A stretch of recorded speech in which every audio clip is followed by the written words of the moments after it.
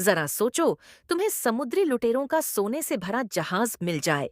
कहानी की शुरुआत एक डरावनी जेल से होती है, जहां जैक नाम का एक कैदी फांसी के फंदे के सामने खड़ा है।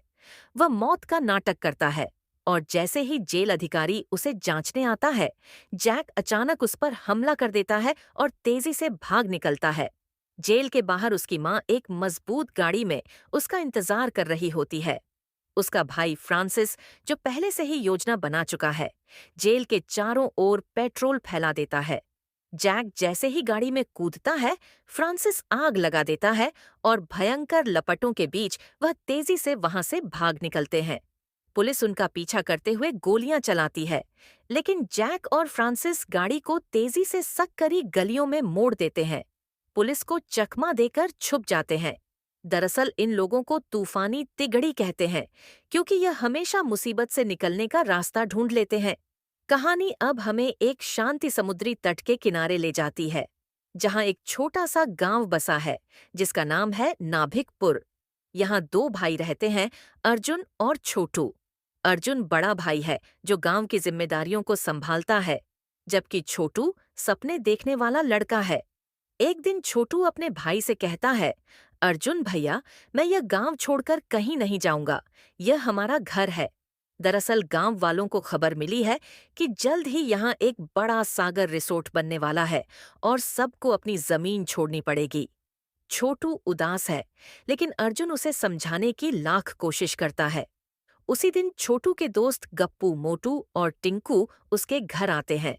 छोटू की माँ को कुछ जरूरी काम से बाहर जाना पड़ता है, और वह अर्जुन से कहती है, बेटा, मेरे पीछे इन नन्हे शैतानों पर नजर रखना। बच्चे घर में बोर हो रहे थे। तभी टिंकू को एक आइडिया आता है। वह कहता है, चलो छत पर पुराने कमरे में देखते हैं, वहां कुछ मजेदार मिलेगा। सब ऊपर पहुंचते हैं, जहां छोटू के पिता की पुरानी चीजें धूल खा रही थीं। वहां उन्हें लकड़ी का एक टूटा हुआ बॉक्स मिलता है। बक्से में एक पुराना मठ मेला नक्शा पड़ा था। नक्शे पर लिखा था, काला सम्राट का खजाना। काला सम्राट एक कुख्यात समुद्री डाकू था, जिसके बारे में कहा जाता था कि उसने अपना सारा सोना, चांदी और जवाहरात एक गुप्त जगह पर छिपा दिया था। इसे देखकर बच्चों की आंखों में चमक आ जाती है।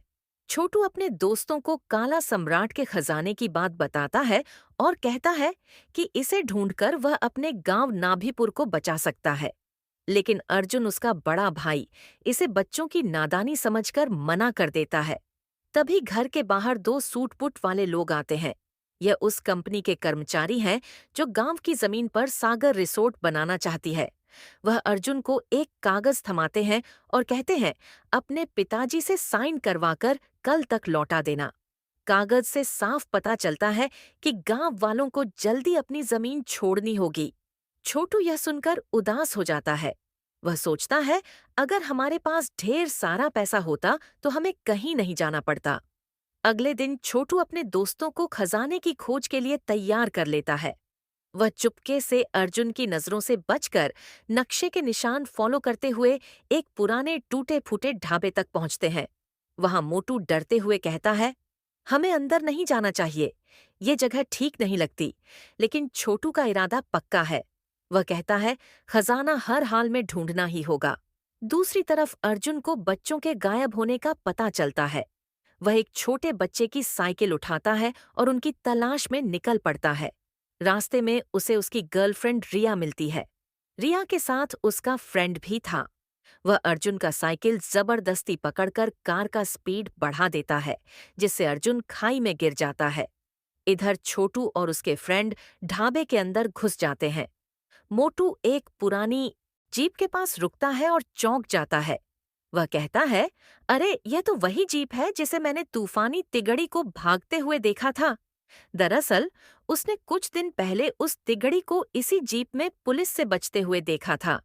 वह दोस्तों से कहता है, अंदर मत जाओ, खतरा हो सकता है, लेकिन कोई उसकी बात नहीं मानता। अंदर घुसते ही एक बूढ़ी औरत, जो तूफानी तगड़ी की माँ है, उन पर चिल्लाती है, यहाँ क्या कर रहे हो छोटे चोरों? बच्चे इतना डर जाते हैं कि उनके मुंह से सिर्फ बस पानी ही पानी निकलता है। छोटू अभी भी हार नहीं मानता। वह बहाना बनाकर कहता है, मुझे बाथरूम जाना है, और चुपके से ढाबे के तहखाने में घुस जाता है। वहां उसे खजाना तो नहीं मिलता, लेकिन एक अजनबी आदमी दिखता है जिसे जंजीरों से बांधा गया था। छोटू डर के मारे चीखता हुआ वापस ऊपर भागता है। तभी अर्जुन वहां पहुंच जाता है और छोटू को पकड़ लेता है। अर्जुन उसे डांटते हुए घर की ओर ले जाता है। इधर तूफानी तगड़ी अपनी जेब में सामान लाद कर कहीं और रवाना हो जाती है। जब अर्जुन बच्चों से बात कर रहा होता है, तभी छोटू और उसके दोस्त चुपके से फिर से उस पुराने ढाबे की ओर भाग जाते हैं। अर्जुन और रिया भी उन्हें वापस लाने के लिए पीछे दौड़ पड़ते हैं। ढाबे के तहख्खा में पहुंचते ही बच्चे उस जंजीरों में बंधे अजनबी को देखकर डर कर चीख पड़ते हैं। घबराहट में वह भागते हुए एक अलग कमरे में जा पहुंचते हैं। वहां उन्हें एक पुरानी मशीन दिखती है जो नकली नोट छापने के काम आती है। सबको पता है कि तूफानी तिगड़ी एक अपराधी है और यह मशीन उसी का सबूत था। तभी तूफानी तिगड़ी वापस ढाबे में लौट आती है। उनकी भारी भरकम आवाजें सुनकर सारे बच्चे चिमनी के रास्ते भागने लगते हैं, लेकिन मोटू जल्दबाजी में एक पुरानी फ्रिज में छिप जाता है। दुर्भाग्य से तिगड़ी का एक बड़ा लड़का उसे ढूंढ निकालता है। वह मोटू को पकड़कर पूछताछ शुरू करता है।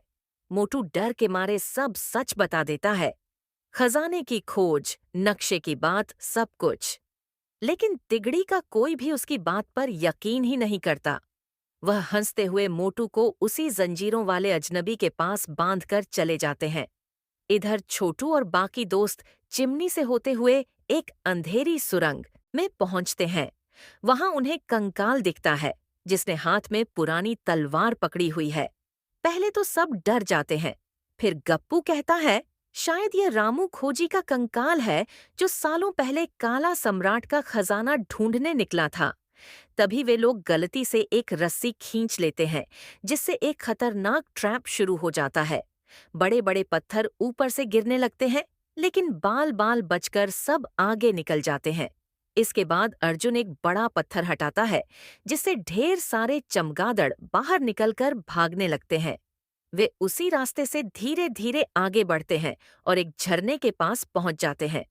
उधर मोटू उस बंधे हुए अजनबी से बात शुरू करता है। वह बताता है उसका नाम भोला है और वह भी तूफानी तिगड़ी का ही हिस्सा था। बचपन में उसकी माँ ने उसे छोड़ दिया था और एक हादसे में उसका चेहरा बिगड़ गया। मोटू और भोला में दोस्ती हो जाती है। भोला अपनी जंजीरें तोड़ने का तरीका बताता है और दोनों सुरंग की ओर भाग निकलते हैं। इधर सुरंग में छोटू और बाकी बच्चों को एक झरने के पास ढेर सारे सिक्के बिखरे हुए मिलते हैं।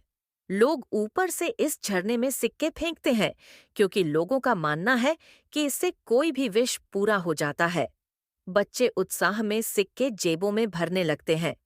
तभी रिया उन्हें रोकती है और समझाती है, यह सिक्के सिर्फ मामूली सिक्के नहीं हैं। इससे लोगों की आस्था जुड़ी है। इन्हें लेना ठीक नहीं। गप्पू को छोड़कर बाकी सब सिक्के वापस रख देते हैं। छोटू कहता है, यह हमारा आखिरी मौका है। नाबीपुर को बचाने के लिए खजाना हर हाल में ढूंढना ही होगा। आगे बढ़ते हुए वह लोग एक अजीब पियानो के पास पहुंचते हैं जो हड्डियों से बना है। दरअसल इनको उस पर सही धुन बजानी होगी, वरना पर्स ढह जाएगा और सब खतरे में पड़ जाएंगे। रिया उस पियानो पर सही धुन बजाने की कोशिश शुरू करती है। जैसे जैसे वह गलत धुन बजाती है, पर्स टूट टूट कर गिर रहा था और सही धुन बजाने पर एक खुफिया दरवाजा खुल रहा था। इधर तीनों तिगद्दी भी लगातार उनका पीछा कर रहे थे। आखिरी मौके पर वह सही धुन बजा लेती है और एक गुप्त दरवाजा खुल जाता है, जिससे सारे बच्चे उस दरवाजे से रेंगते हुए छोटे तालाब के किनारे पहुंचते हैं। वहां उनकी नजर एक पुरानी लकड़ी के जहाज पर पड़ती है जो तालाब में तैर रहा था। दरअसल यह काला सम्राट का खजाना था जिसको यह लोग खोज रहे थे। सभी लोग जल्दी से जहाज के अंदर घुसते हैं और वह पहेली सुझाने लगते हैं। उसके बाद सभी बच्चे खजाने और सिक्कों को अपनी जेबों में भरने लगते हैं। लेकिन तभी तूफानी तिगड़ी उनका पीछा करते हुए वहां पहुंच जाती है। वह बच्चों की जेबें खाली करवाती है और एक एक करके उन्हें तालाब में फेंकना शुरू कर देती है। इसके बाद तिगड़ी के तीनों बदमाश काला सम्राट के सामने रखे एक पुराने तराजू से कुछ खास सिक्के उठा लेते हैं। जैसे ही वह ऐसा करते हैं, पूरी जगह हिलने लगती है। एक जोरदार भूकंप का झटका आता है और ऊपर से पत्थर गिरने शुरू हो जाते हैं। सारे बच्चे खजाने को वहीं छोड़कर भागने लगते हैं। तभी छोटू और बाकी दोस्तों को समुद्र की लहरों की आवाज सुनाई देती है। वह दीवार को तोड़ने के लिए एक पुराने बारूद के टुकड़ों का इस्तेमाल करते हैं और रास्ता बना लेते हैं। लेकिन तभी एक विशाल पत्थर रास्ते पर गिरने वाला होता है। उस पल भोरा दौड़कर पत्थर को रोकता है और बच्चों को बाहर निकलने में मदद करता है। हालांकि वह खुद उस पत्थर के नीचे दब जाता है। बाहर निकलते ही बच्चे देखते हैं कि उनके माता-पिता पुलिस वालों के साथ उनकी तलाश में आए हैं। छोटू सबको बताता है, हमें काला सम्राट का खजाना मिल गया था, पर हम उसे नहीं ले सके। तभी पीछे से तबानी तिगड़ी भी वहां पहुंच जाती है। पुलिस वाले तिगड़ी के साथ साथ भोला को भी पकड़ लेते हैं।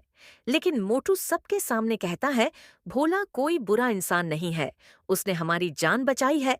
मोटू की बात पर भरोसा करते हुए पुलिस भोला को छोड़ देती है और बाकी तगड़ी को गिरफ्तार कर ले जाती है। उसके बाद वही दो सूट बूट वाले लोग छोटू के घर फिर से आते हैं ताकि उसके पिता से कागजों पर साइन करवाए। लेकिन तभी घर में काम करने वाली बाई को एक पुरानी थैली मिलती है जिसमें चमचमाते हीरे भरे होते हैं। इन हीरों की मदद से छोटू का परिवार अपना घर बचा लेता है। उसी वक्त दूर समुद्र में वो खजाने से भरा जहाज लहरों के साथ बहता दिखाई देता है। सारे बच्चे उसे जाते हुए देखते हैं और सोचते हैं, हमने इस खजाने के लिए कितनी मेहनत की, पर वह हमारे हाथ नहीं आया। फिर भी छोटू अपने घर को बचाने में कामयाब रहा